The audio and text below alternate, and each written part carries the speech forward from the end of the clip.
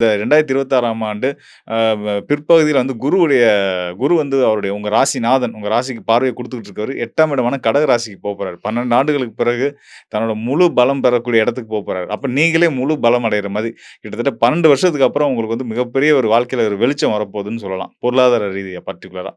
பொருளாதாரத்தில இவ்வளோ நாள் சங்கடங்கள், எவ்வளவோ முயற்சி பண்ணேன். ஒரு லிமிட்டுக்கு மேல என்னால ஏற முடியல. எங்க போனாலும் சறுக்கி விடுற மாதிரி இருக்கு. மேல ஏற ஏற கால பிடிச்சு இழுத்துற மாதிரி இறங்கிட்டே தான் இருக்கேன்.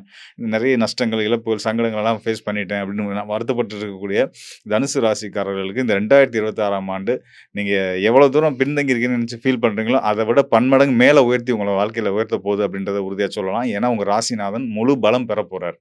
ராசிநாதன் பலம் பெற்றா, நீங்க பலம் பெற்ற மாரி. அதாவது கடுமையா உழைச்சு, அதுக்கான சரியான பலன அடையக்கூடிய காலம் இதுதான். நீங்க முன்னாடி இது நாள் வரைக்கும் போட்டதெல்லாம் வந்து விதைச்சது தான்.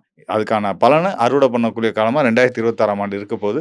ரொம்ப உன்னதமான யோகமான அமைப்புல இருக்கப்போது. தனகாரகன் உங்க ராசிக்கு தனகாரகன்னு சொல்லக்கூடிய சனி 4ஆம் இடத்துல இருக்காரு. அந்த 4ஆம் இடம் வந்து மீன ராசி.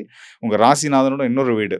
அந்த இடத்துல இருக்கக்கூடிய சனி பகவானுக்கு குருவுடைய பார்வை கிடைக்க போகுது. உங்க ராசிநாதனுடைய பார்வை கிடைக்க போகுது. ஸோ அப்படின்னும்போது பொருளாதாரத்தில எந்த சிக்கல் இருந்தாலும் அதெல்லாம் தவிடுபொடியாகி எவ்வளோ சங்கடங்கள், கடன் சார்ந்த பிரச்சனைகள் இருந்தாலும் அதெல்லாம் சரியாயிட்டு